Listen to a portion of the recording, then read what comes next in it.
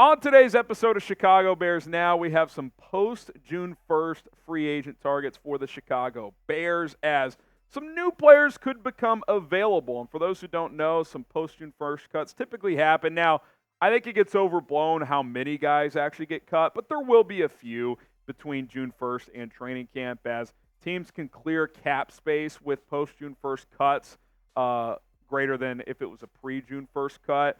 So there might be some notable players that hit the road and could be available for a team like the Bears to sign. So I've got 5 players that I'm going to keep an eye on, and then we'll take a look at 5 other free agents that still happen to be unsigned that I think could make sense for the Bears as well. I think you look at the Bears' biggest needs: defensive end, defensive tackle.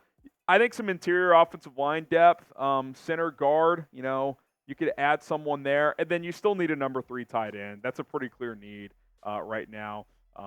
Obviously, Marcedes Lewis signed late last year. We'll talk about him, little teaser later on as well. But I think those are some positions that I am identifying that the Bears could certainly add. Subscribe and join us if the Bears sign a player. We'll make a video. Hit that subscribe button, turn on notifications by clicking that bell icon after you subscribe, and do not miss out as we will continue to keep you guys informed on the latest Bears news and rumors.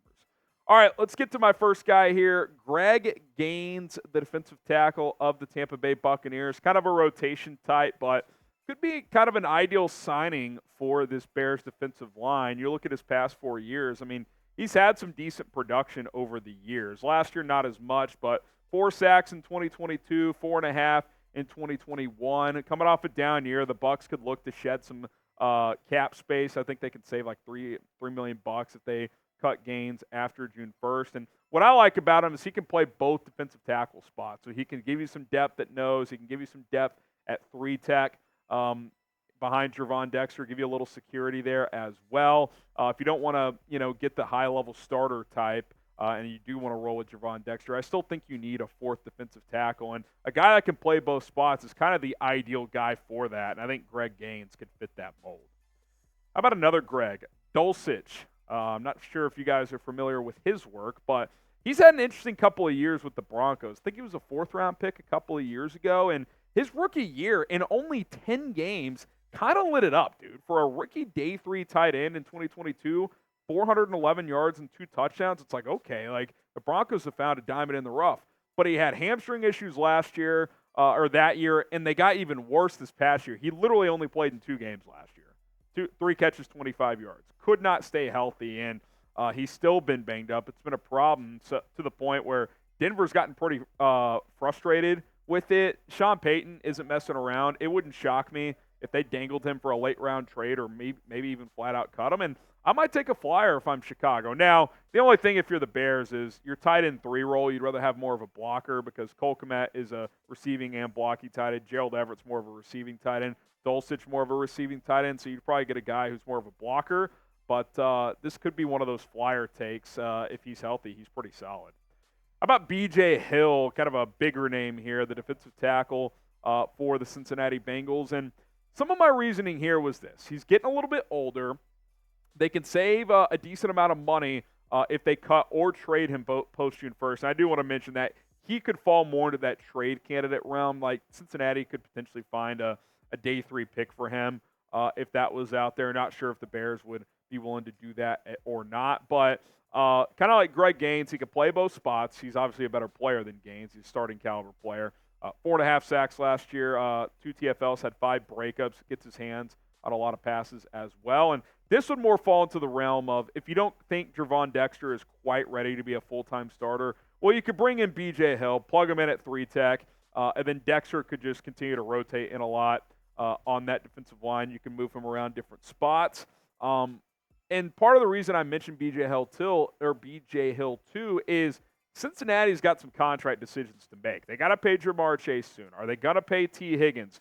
Are they going to extend Trey Hendrickson, who requested a trade because he wants a new contract? Maybe a guy like B.J. Hill becomes expendable if they want to keep more of those star players. So keep an eye on that. I think Cincinnati's a team to watch in terms of a team that could be willing to move a notable piece. what is the bigger need along the defensive line in Chicago? You think it's defensive end, that edge spot, or do you think it's defensive tackle? You could certainly make an argument for either or. I think if you added one notable piece at either position, you'd feel a lot better about things, but let me know if you think it's DE or DT.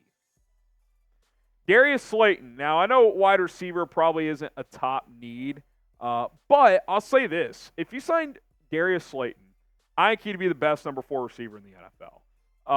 He's not at OTAs for the Giants amidst contract dispute. He wants a new deal. He's entering the final year of a 2-year deal. I think he's set to make like $5 million or something. Now, if he got cut, I don't think the Bears are going to throw him $8 million, but I don't think any other team is either.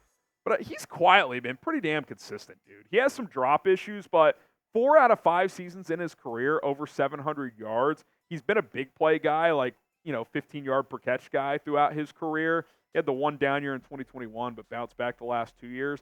Obviously, he's not going to be a top 2 guy for you, and ideally not a top 3 if Rome Odunze hits the ground running as a rookie. But what he would provide is a flat-out, very proven wide receiver 4. I mean, we're all hoping Tyler Scott takes a jump, but that's yet to be seen. Bayless Jones, he's done nothing. Slayton, like I said, would be the best wide receiver 4 in the league. And if Rome Odunze, for whatever reason, wasn't quite ready, he's more than capable as a number 3. I mean, 700 yards, that's a number 3 caliber receiver. Keenan Allen's been a guy that gets banged up. He could step in and play if that happens. So, again, this one's more of the, I doubt it happens, but just keep an eye on it. If he gets cut, Giants have a crowded wide receiver room right now, may look to go elsewhere. I would not mind this move at all because it just makes your depth better. It raises your floor of that room. And if there's an injury or if Odunze isn't quite ready, he can step in there and play at a pretty high level. Get some Caleb Williams jerseys right now at chatsports.com/Caleb. We got the orange back in stock for pre-order. The whites and the navies still available to order as well. Chatsports.com/Caleb. Jump on the Hard Knocks hype train. Get yourself a Caleb Williams jersey today at chatsports.com/Caleb. All right, one more potential cut that the Bears could target. Irv Smith Jr., who actually signed with the Chiefs this offseason, spent last year in Cincinnati, but he's currently with the Chiefs. He's an interesting one as well because the Chiefs signed him, and I think they were like, oh, you'll be our number 2, number 3 tight end after Travis Kelce. You can compete. I forget who their number 2 tight end is. It's been there the last couple of years. But they also then drafted Jared Wiley in the 4th round, who I know for a fact they like a lot. So, Irv Smith Jr. could get squeezed out and be that 4th guy. Now, they might carry 4, but if they just carry 3, he could be a guy that gets cut. Now, he'd likely get cut closer to, late training camp before week 1 or something like that. But keep an eye on this one. He could be a name to monitor. Veteran, spent some time in the NFC North with Minnesota. So maybe he's a guy the Bears could knock on the door of if he gets released. Some other free agent targets that are still out there. Calais Campbell, he still remains the top guy for me. He could play some 3-tech. He could play some edge. He's going to be 38 this year. He's getting old, but his production would suggest otherwise. He's aging very nicely. The Bears have a shot to be a playoff team, so you would think he'd be intrigued by that. He could help groom some of the young guys in that room, like a Javon Dexter, like an Austin Booker. So I would love to bring in a guy of his caliber. I think he'll probably wait closer to training camp. Yannick Ngakoue still out there as well. Obviously, the Bears signed him late last year in August. He's been putting up videos training. His ankle appears to be healthy. Obviously, he'd have to take a medical exam with any team he signs. But he also hopped on SiriusXM radio recently and said he wants to sign before training camp this year. He thought that signing later hurt his play on the field during the season, the production. He wants to get into an organization, whether it's back with the Bears or somewhere else, before training camp so he can, have more time with the team, hit the ground running, and bounce back. And I was impressed with what he said in that interview. You guys should go check it out. If you just Google Yannick Ngakoue, SiriusXM Radio, it'll pop up. He said, look, I have to reestablish myself as a player in this league. So I don't think it's going to cost that much money. It was $10 million last year. Maybe it's half of that. So maybe the Bears do bring him back, give him another opportunity. Another guy they could bring back and I would like to see happen is Marcedes Lewis. Again, that number 3 tight end role ideally is a high-quality blocker, and I think it's just perfect because he's going to play, 12 to 20 snaps per game. He's still a very good blocker. I think he's the ideal fit. He was in that room last year. Cole Kmet talked about how much value he brought to the team on and off the field. I don't think you have an NFL rosterable, playable number 3 tight end right now. Like, you got 2 good ones, Kmet and Everett, but Tommy Sweeney, Steven Carlson, Brendan Bates, a UDFA. I don't love that situation. Again, you definitely upgraded over Robert Tonyan at tight end 2, but I don't think you've got a number 3 guy right now, and Lewis would definitely be ideal for that. Connor Williams, I still think he's a name to keep in mind. Again, I think that's closer to a training camp preseason situation. That ACL is not fully healed yet. He's still recovering from injury, but he is by far the top interior offensive lineman available. He can play center, which he was the second highest graded PFF center last year before tearing his ACL. He started for a few years at guard as well. I chuckled there because of something my producer said. I think this would be how is Nate Davis looking in training camp? Is the center situation at a high enough level that you want it to be? So keep an eye on this one. I wouldn't rule this out. And then Emmanuel Ogbah, who was teammates with the Williams last year, he got cut earlier in the offseason. Fits the bill of a 4-3 edge rusher. He's got good size. He's like 265, 270. He's been pretty good, too. Now, he's been banged up the last couple of years, but played 15 games last year, had 5 sacks. 20 and 21, he had 9 sacks each of those years before the injury-riddled season in 2022. I think he could come in and give you 5 to 7 sacks. So keep an eye on him if they want to, go elsewhere from a Yannick Ngakoue and try someone else. I think Ogbah would be the guy I would pivot to if they don't go with Ngakoue.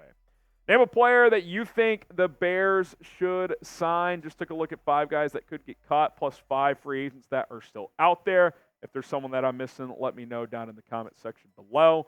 My name is Harrison Graham. Do not forget to subscribe to the channel if you haven't already. Would love your support. It's free. We'll continue to cover the latest news, rumors, different segments like this one, and much more. Go live twice a week, Monday and Thursday.